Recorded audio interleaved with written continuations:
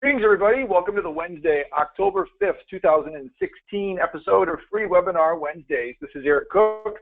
I'm with WSI Digital Marketing, where we work with businesses and organizations on helping them better understand and leverage the power of the internet as a strategic business tool. You can learn more about me and WSI online at www.poweredbywsi.com. Unfortunately, again this week, my good friend and Free Webinar Wednesday partner, Mr. Jeff Simpkins over at Community Bank Consulting, Inc. is unable to join us, so I'm going to fly solo once again, although if you joined us last week, I am not joining you from the Detroit Metropolitan Airport. I am actually in my office here in Michigan, and so hopefully we'll have much less background noise than what we had last time around.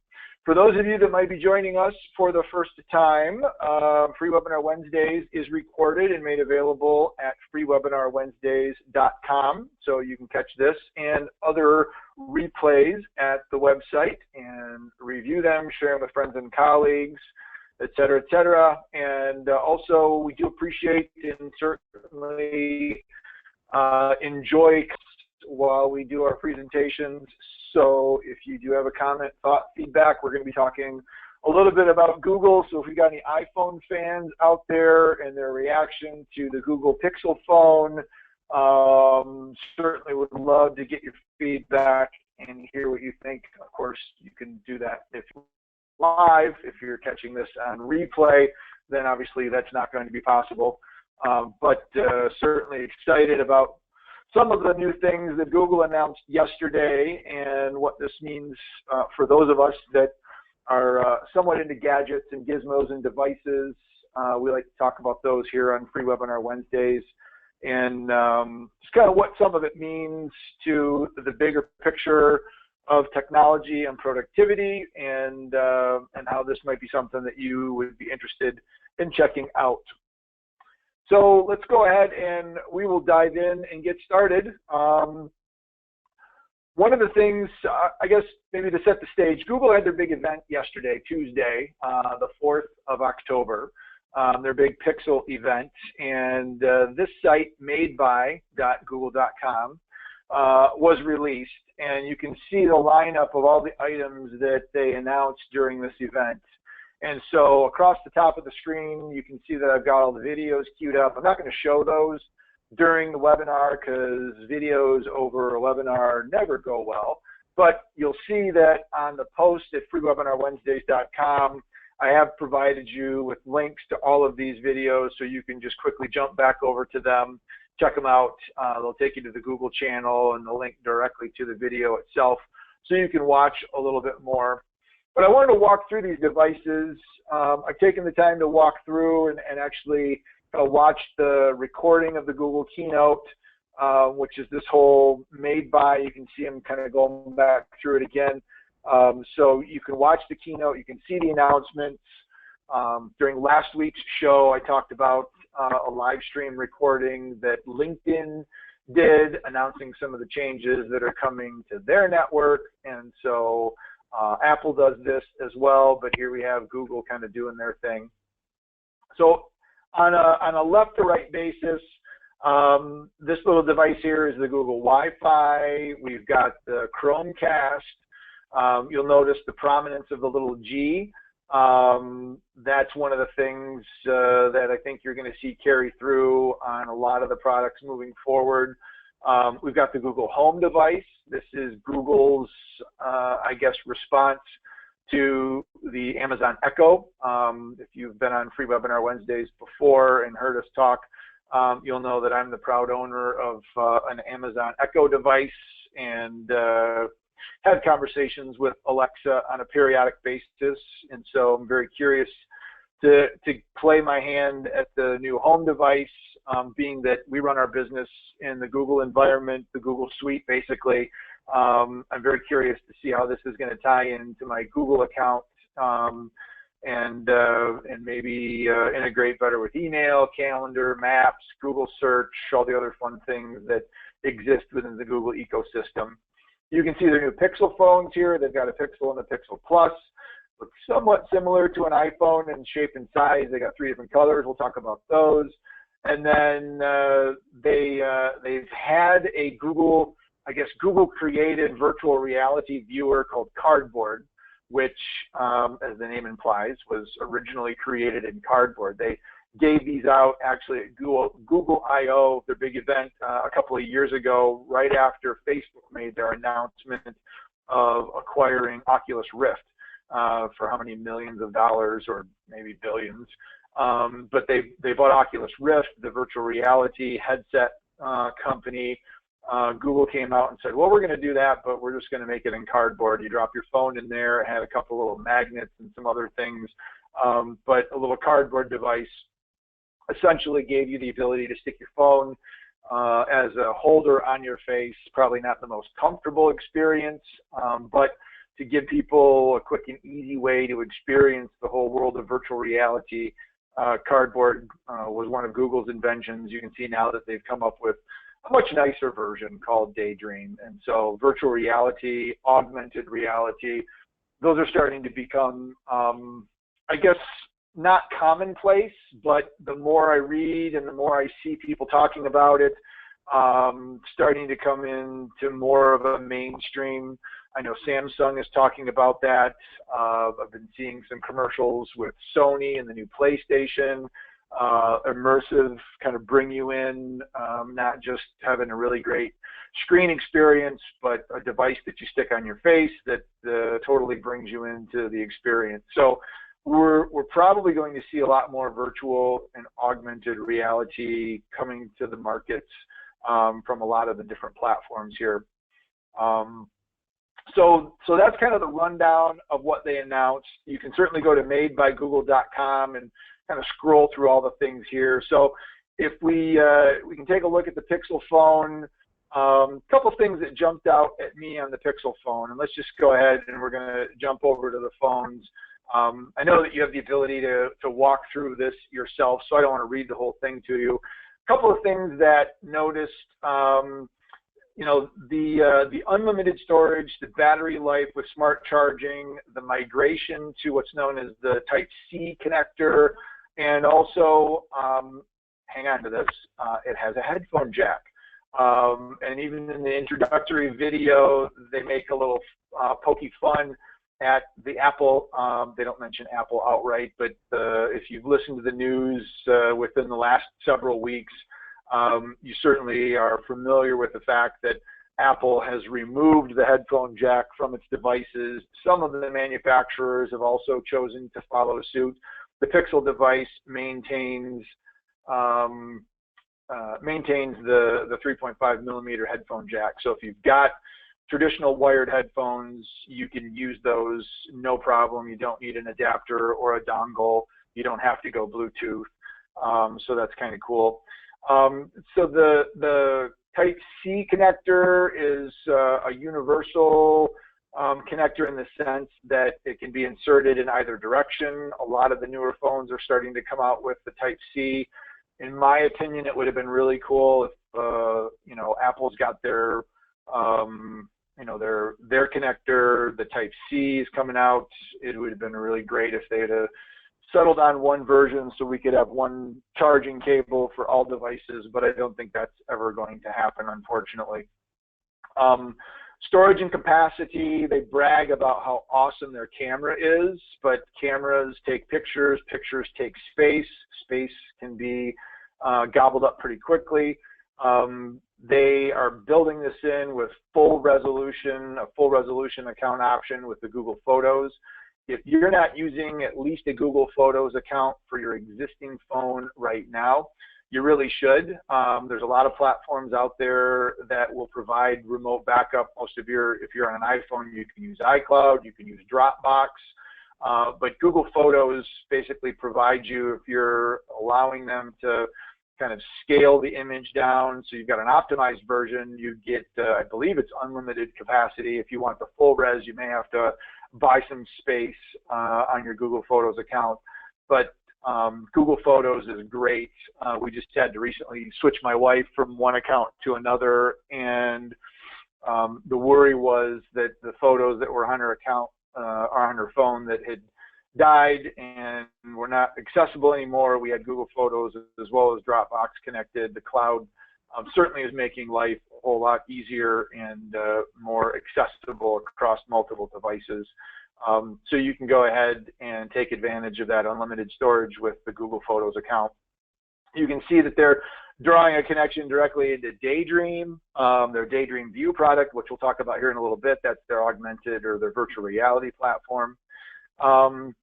Google Assistant. Last week I talked a little bit about Google's Allo program and didn't give it a tremendous review.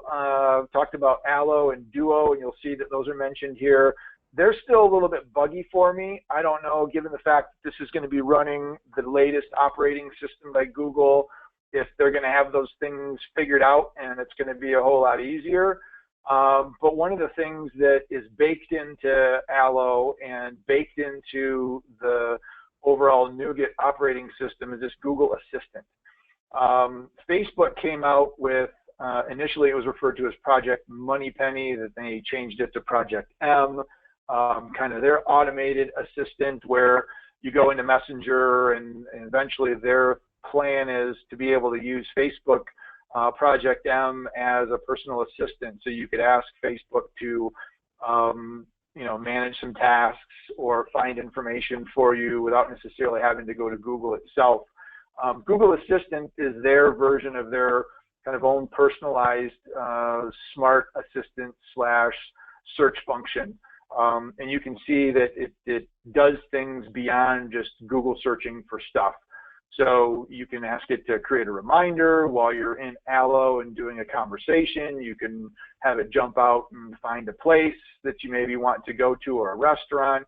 So you can have it create tasks for you, set a reminder, either at a certain time or when I get to a particular location based off of the geocode or the geolocation of the device.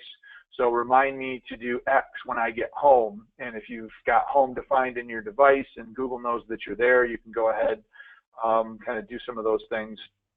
So Google Assistant's kind of cool. The artificial intelligence and machine learning technology that's behind that, I think, is pretty amazing. And we're going to start seeing more and more of that type of functionality being added to different systems. I talked about the camera rating. You know, for a lot of people, camera is really the deciding factor, the call quality, the data speed, maybe even battery life to a certain extent are secondary on the decision list. It really is, I need to have an awesome camera because this is the device that I'm taking with me and I want to capture my world and the experiences that I have in it. So you can see that they've got this DxOMark kind of rating that is an independent agency that ranks camera quality and pixel density, and you can see that they've actually purporting that they've got the highest available of any device out there. So if you're looking for a super high rated camera, it looks like the Pixel right now is kind of taking it.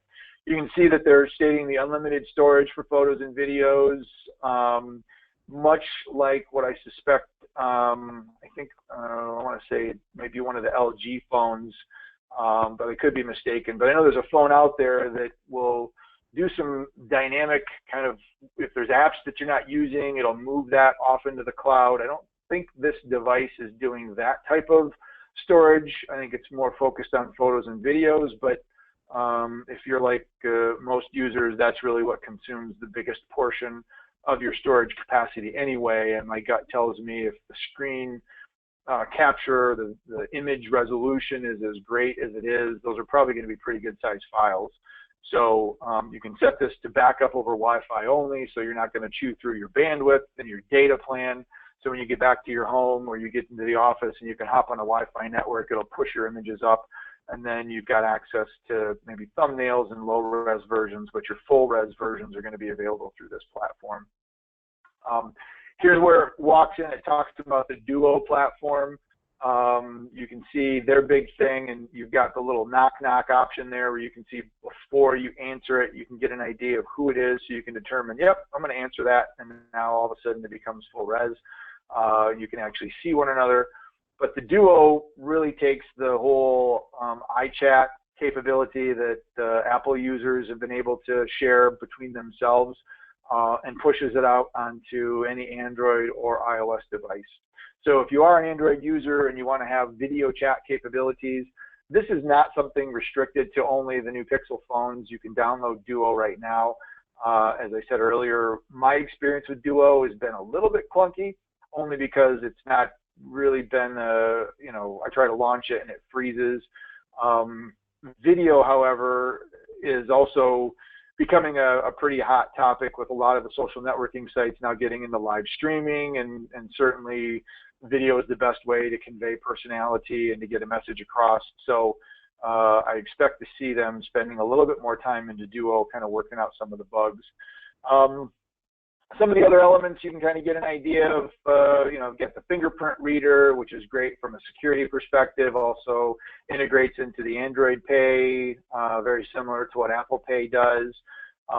This function right here, though, I thought was pretty darn slick. So you'll see that transferring data, if you're on an Android phone, Android's, you know, you can turn on NFC, you can put them back to back and information gets carried over.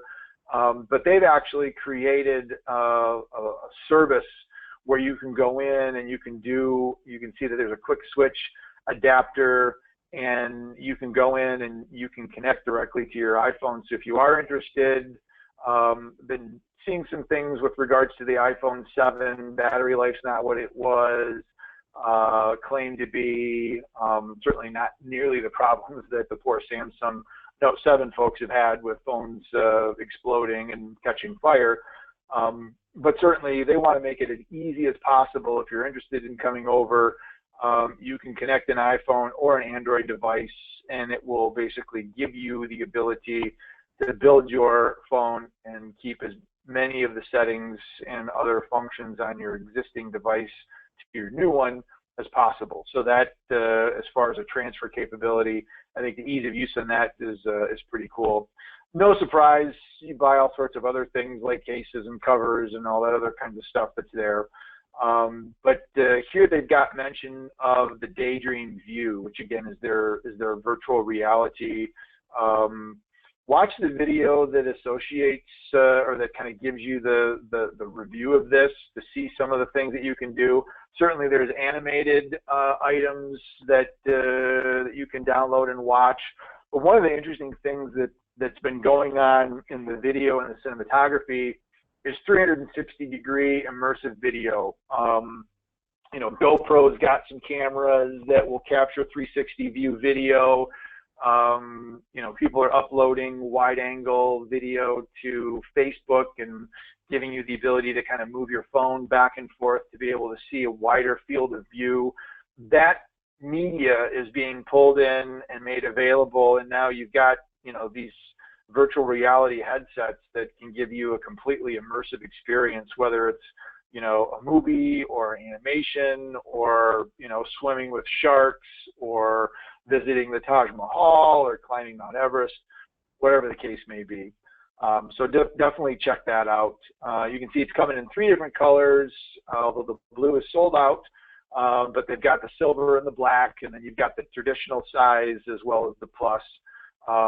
Did not see that there are any differences in specifications other than price, of course, which is also kind of an interesting thing. Normally when you have 2 different versions of phones, even on like the iPhones, I know the camera is a little different. On the prior Nexus, you had the Nexus 5 and the Nexus 6P. Those were slightly different processors, slightly different capacity. These pretty much appear to be the exact same phone. It's just how big of a screen do you want and how much do you want to spend.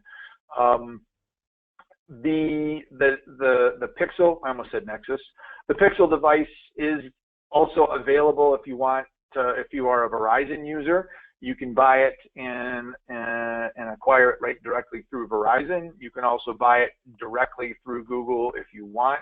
So if you're on a different carrier and you don't want to buy it through Verizon, you can certainly do that. And then they also offer an online care program. I think it's like $99 that'll protect your phone for a couple of years. So, so the phone does look like it's got some really nice capabilities to it. I am somewhat on the fence. I will tell you, I am looking at the Motorola Z, which has got some pretty cool capabilities to it as well. That's a little bit more, I guess, modular in a sense, that they've got different little snap-on things. My primary reason for selecting the phone historically has been battery capacity, with camera maybe being secondary. And so one of the things that's attractive to me about the Moto Z is the fact that you can do snap-on batteries without having to, you know, take the cover off and insert a battery if it's removable, or have to worry about a charger. Now with the Type-C connector and the fast charging capabilities, you know, with a short period of time, you can get the, you know, 6 or 7 hours worth of capacity juiced back into your phone that should get you through the remainder of the day. But I will tell you that the Moto Z actually is got an attractive feature that you can just snap a battery on and not have to worry about it. You also can snap on a projector, which I've heard good things about. You can snap on a JBL powered speaker.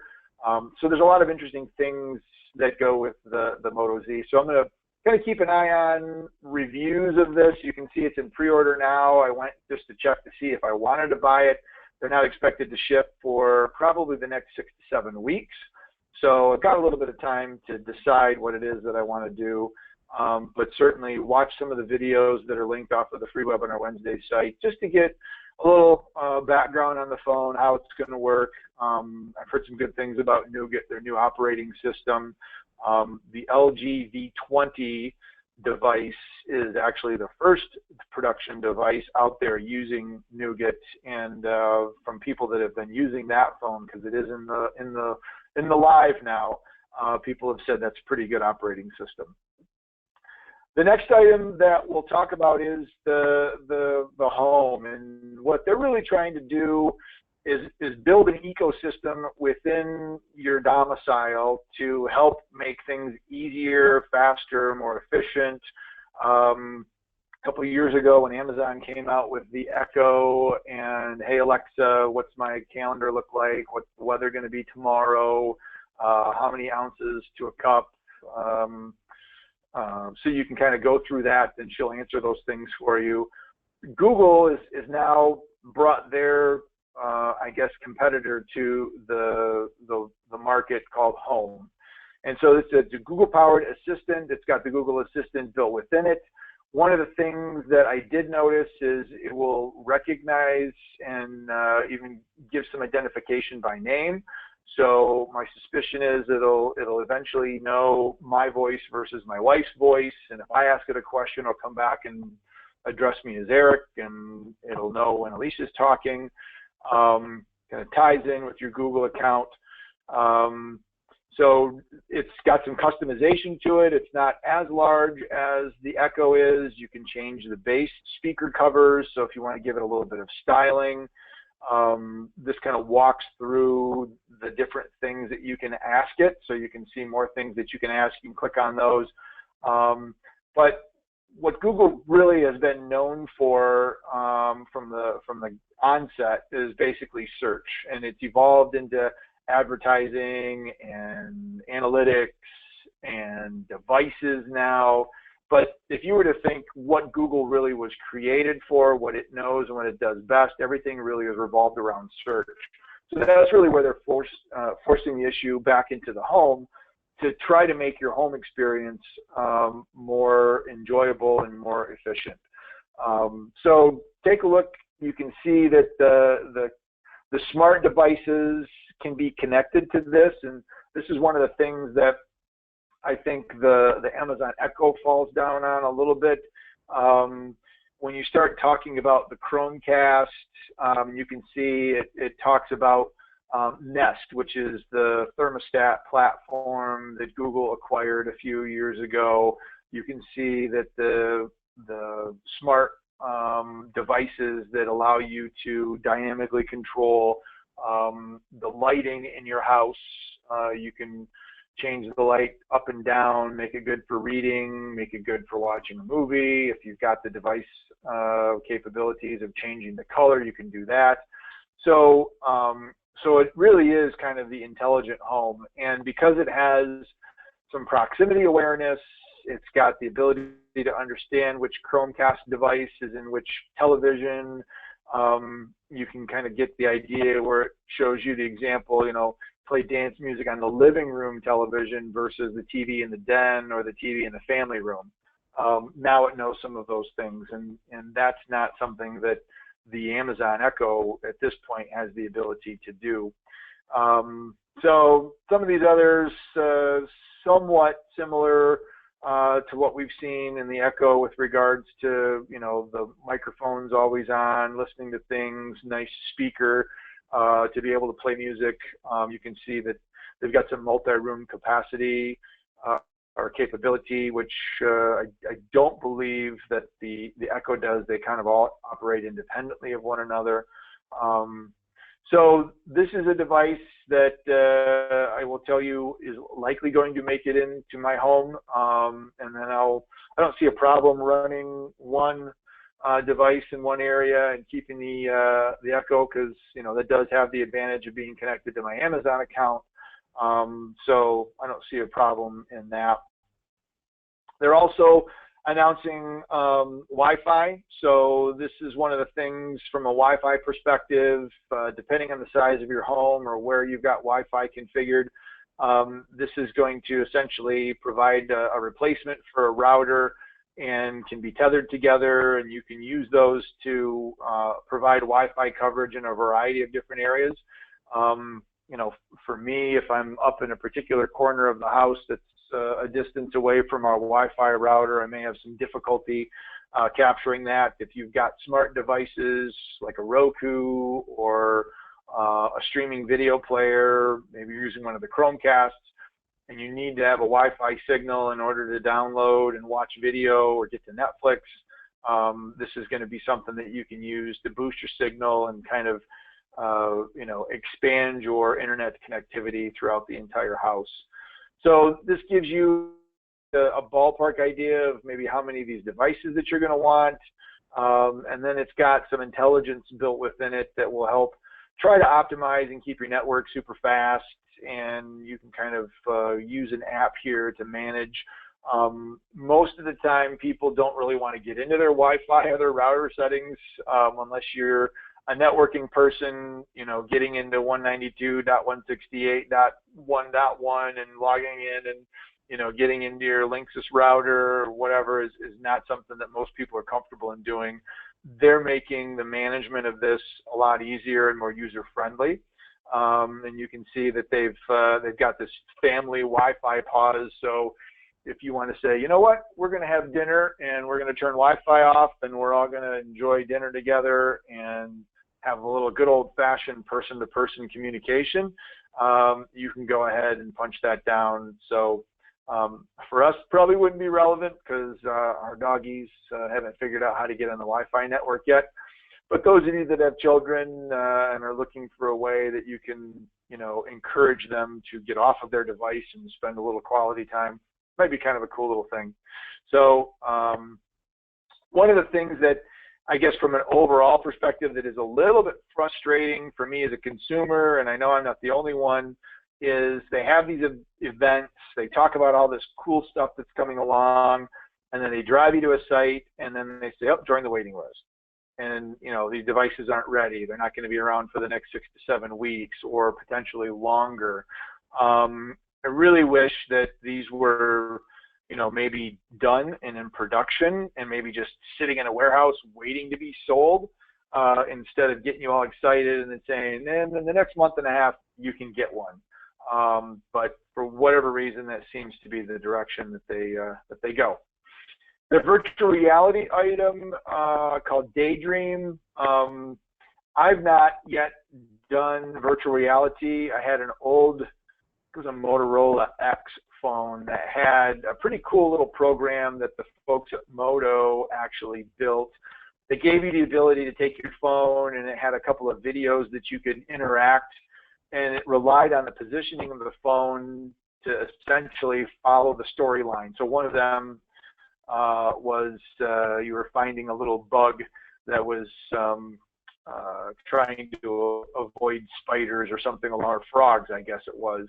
And you could kind of follow the frogs and the spiders and whatnot. And so as you kind of took your phone and moved it around in a 360 degree, it basically changed the information that was on the device. There was another one where you could follow a balloon. You now have the ability to do this hands-free. The other thing that I think is interesting is kind of scroll down, you can see it shows you how that it works. They've implemented a control device along with it. So, you know, you got your phone in the heads-up display, it's showing you information. This little magic wand gives you the ability where you can kind of control stuff, you can move things around. It's got a couple of action buttons on it. So if you want to shoot the bad guys or track down the alien spaceships, it gives you a little bit of a natural kind of interaction capability. You can see they're coming in some different colors, but of course, join the waiting list because they're not ready yet. So frustrating. Streaming devices. I own a Chromecast. I own a couple of Roku devices. One of the Chromecasts I take with me and I travel with it. So if I'm in a hotel that has an HDMI connection, and if the remote control allows me to pick the source, I can go ahead and use my Wi-Fi hotspot and just basically fire up and use Chromecast directly on the television. So they've redesigned their Chromecast a little bit, increased the speed, giving you better accessibility to HD and 4K format. They've got a Chromecast audio that is basically just for music streaming. So you can take this device and plug it into some really nice speakers, and then if you want to play your music and all that you're really looking for is music, that just does music alone. You know, the Chromecast family of streaming devices are kind of cool. Double check those against maybe the new Apple TVs or the Rokus or certainly even the Fire TVs from Amazon. But this is kind of one of the ways, and of course, all of this being part of the ecosystem, they're giving you accessibility directly into the Google Home product, and you know, everything is going to play nice and be totally controllable underneath that one ecosystem. So streaming devices are there. And then that's kind of it. That's really what I just wanted to make sure everybody understood and knew where those things were. And again, I think the phone is going to be an interesting evolution of, you know, and by evolution being that they're maintaining the headphone jack, they're keeping some of the older technology, which is kind of funny. But you know, the assistant, the high-res camera, the switch agent to make it easy to bring all of your information over, the online unlimited storage, and of course, you know, speed and capacity and all the other fun things that come along with it. Those are going to be kind of cool to watch. So it'll have to kind of percolate in my mind a little bit before I make the decision as to whether or not that's going to be a device that I'm going to pull the trigger on. But who knows? We'll see. We'll have to just kind of check. So I'll be very curious if anybody out there decides to dig into it a little bit more. I know that there's a handful of the phone reviewers out there on YouTube that have gotten their hands on the device and kind of played around with it a little bit. So I've got to watch a few of those videos just to kind of see what people are saying about it. I do like the thought, though, of a pure Android experience. If you've got an iPhone, you essentially have a pure iPhone experience directly from Apple. Even if you buy your iPhone from Verizon or AT&T, those companies don't have the ability to get in and put any sort of bloatware or third party or skins. You're buying an iPhone. The iPhone that you get is the same one that everybody else gets. The problem that I think a lot of Android devices get into, and even the V20 that I talked about from, oh, the name just escaped me, but the V20 that shipped with Nougat, that still has a skin on top of it. So it does have Nougat in the background, but they've still gone ahead and applied a skin to it. So it's not a pure instance. The one thing that might kind of tip the scales in favor of the Pixel device is the fact that it's a pure instance of Google. It's going to give the easiest access to the Google features, and it's also going to get security updates and enhancements and patches and other sorts of functionality from Google much faster than any of the other devices. So that kind of concludes my little blurb about Google. But before I wrap up, this will be a shorter, more abbreviated free webinar Wednesdays. I do want to mention a couple of apps that I'm starting to use that you may be interested in. I can't remember if I mentioned this the other day or in maybe a prior show. I'm a big fan of Flipboard and a big fan of Nuzzle. So those are still a couple of my go-to apps that I use for content. But one of the things that I like about this Smart News is, although recently the push notifications that it's given me have all been related to some sort of a school shooting or some other depressing news. So I'm not so sure I like the type of news that it's pushing my direction. But it seems to be a good app and relatively easy to kind of go through for just current events. And you can see you've got the ability to create different tabs across the top. You can read the article. The thing that this has got that the others don't have is if I go in, you know, the top one and I figure, you know, Donald Trump's appalling reaction, if I want to read that for whatever reason, if I'm on a slower internet connection or maybe I'm off of my Wi-Fi and I've got bad cell reception, you can go in and you can have it actually pull down a light version of the article. And I suspect that there's some sort of a back-end caching that the folks at Smart News are doing that kind of strips out any of the extra stuff that you may not necessarily need to have, and it just gives you the text of the article. And I have found that to be a pretty nice feature, especially if I'm out and about in an area that doesn't have a really good cell reception. I can still get my news that way. Now, if I want to go ahead and toss that into a buffer stream or visit the actual website so that I can queue that up and post it to Twitter or any of my social channels, I'm still going to be somewhat limited by the bandwidth to be able to complete that process.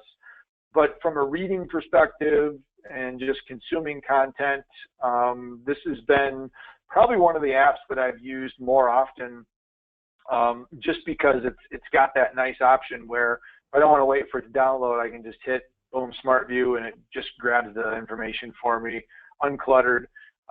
So if you are into reading news on your device and you're looking for maybe another option just to kind of kick around how you can get news faster and more efficiently, I would suggest taking a look at Smart News. The other app that I wanted to mention, and this is where I was taking an Uber last week from the hotel to the airport when I was in Denver, and I was shocked to find out that the Uber that picked me up just happened to be a Tesla Type S, which was really my first ever visit inside a Tesla. And it was pretty amazing that a vehicle like that was actually being used as an Uber. But Sean, my Uber driver, not only made it onto my Instagram feed because I thought it was really cool that I had a Tesla take me to the airport, but while we were traveling, I was, of course, grilling him on all sorts of questions, Tesla related, and, you know, how he liked it and whatnot. And we got off on the whole concept of, you know, cool programs and other sorts of things. And he had mentioned that he's actually put one of his other vehicles out on Turo. And I said, well, what's Turo? I've never heard of that before. And he's made about $750 as of, well, I think for the month of September. But the way he described it was, have you ever heard of Airbnb? And I said, well, sure. And if you're not familiar with Airbnb, it's basically a service that you can put your house on, and then if you're in an area where people are interested in traveling, if your house is on Airbnb, they can go on to the Airbnb website or Vacation Rentals by Owner, or there's a lot of others. But it's essentially playing off of a whole sharing economy capability, and technology now provides the ability where if I want to go down to Miami Beach and I want to stay in a condo, but I don't want to pay a hotel rate or a traditional condo rate, I can find somebody down in Miami Beach that has a condo that's willing to put it on Airbnb, and I can get it in most instances less expensively, and I can stay there and save a little money, and it just kind of works out better for everybody. Turo is the same thing, but for vehicles. And so because he lives in Denver, he's registered his Subaru with Turo for the Denver airport. And if somebody's coming into Denver and they're interested in getting a vehicle, rather than going through a traditional car rental agency, they can use the same sort of sharing technology like you would with an Airbnb and get somebody's vehicle. So let's say I'm traveling to Denver, so I can go ahead and again, this is an app now I've downloaded on my phone, but I can go in and I can say, well, I'm traveling to Denver International Airport. I'm going to, let's say I'm flying in on Friday and I'm going to be in Denver until Sunday, and I'm flying back at 4 o'clock in the afternoon, and maybe my flight gets in at noon on the 7th. So I can go in and I can click on my search, and now what's happening is Turo is going into the background and looking for anybody that's in Denver that has put their vehicle up as available during that period of time. And you can see there's some standard vehicles in there, but I can also get into some premium. So, you know, I can get a 2007 BMW with a ski rack for $60 a day, which is just $10 more than a Hyundai Sonata. Now this is a 2015 versus a 2007, but this kind of gives you an idea of an easy way. Ooh, Jeep Wrangler. I think I'd probably take Scott's Jeep and I'd drive it back to Michigan. Sorry, Scott. This is a pretty sweet ride. But this is kind of a cool little feature, and you know, considering what I spent on an Uber to go back and forth, now, you know, you got to think of the convenience factor. I'm sure you got to fill it up with gas, you know, so there's probably a few other things. I've not done it yet myself. But if you're looking to rent a car, this is an area or a site that I would suggest just taking a look at and seeing how it compares to a Hertz or a Thrifty or a National or any of the big car rental agencies. And chances are, you know, if you're looking for something a little special or, you know, something that's a little bit more budget friendly, you know, this kind of gives you an idea. So I was thinking that might have been Sean's, but that's Zach's. So see whether Sean has his Subaru up here anywhere. It looks like Zach's got quite a few vehicles that he's put out there. But I'd not heard of Turo before, but the concept makes total sense. Now I'm wondering if there's any sort of a site out there that will actually give me the ability to, you know, ride somebody's bicycle. So when I travel someplace, I can go ahead and get a nice bike to ride. Although I think probably visiting a bike store is going to be my best bet there still. So, so a couple of apps that I just wanted to share with you to take off and play with. And the next time you travel someplace, give Turo a download and sign up for an account, and you know, just compare and see what the difference is between price and give it a shot. So I will pause just to see if anybody's got a question, comment, or thought, or maybe you might happen to know of a platform that allows for bicycle sharing. Certainly would be interested in that. But like I said, going to be a little bit of a shorter show today. We'll wrap a little early. But hop over to our friends at madeby.google.com. Check out some of that stuff. As a reminder, on the free webinar Wednesdays post, you've got access to all the different links so you can watch the videos, check them out, and let me know what you think. I'll be kind of curious. So with that, we are going to wrap the show. With any luck, hopefully we'll see if Mr. Simpkins will be back with us next week. And until then, I hope everybody has an awesome week. Thanks for joining me here on freewebinarwednesdays.com, and we'll hopefully see you back next week, 1 p.m. Eastern Time. Until then, have a good one. See ya.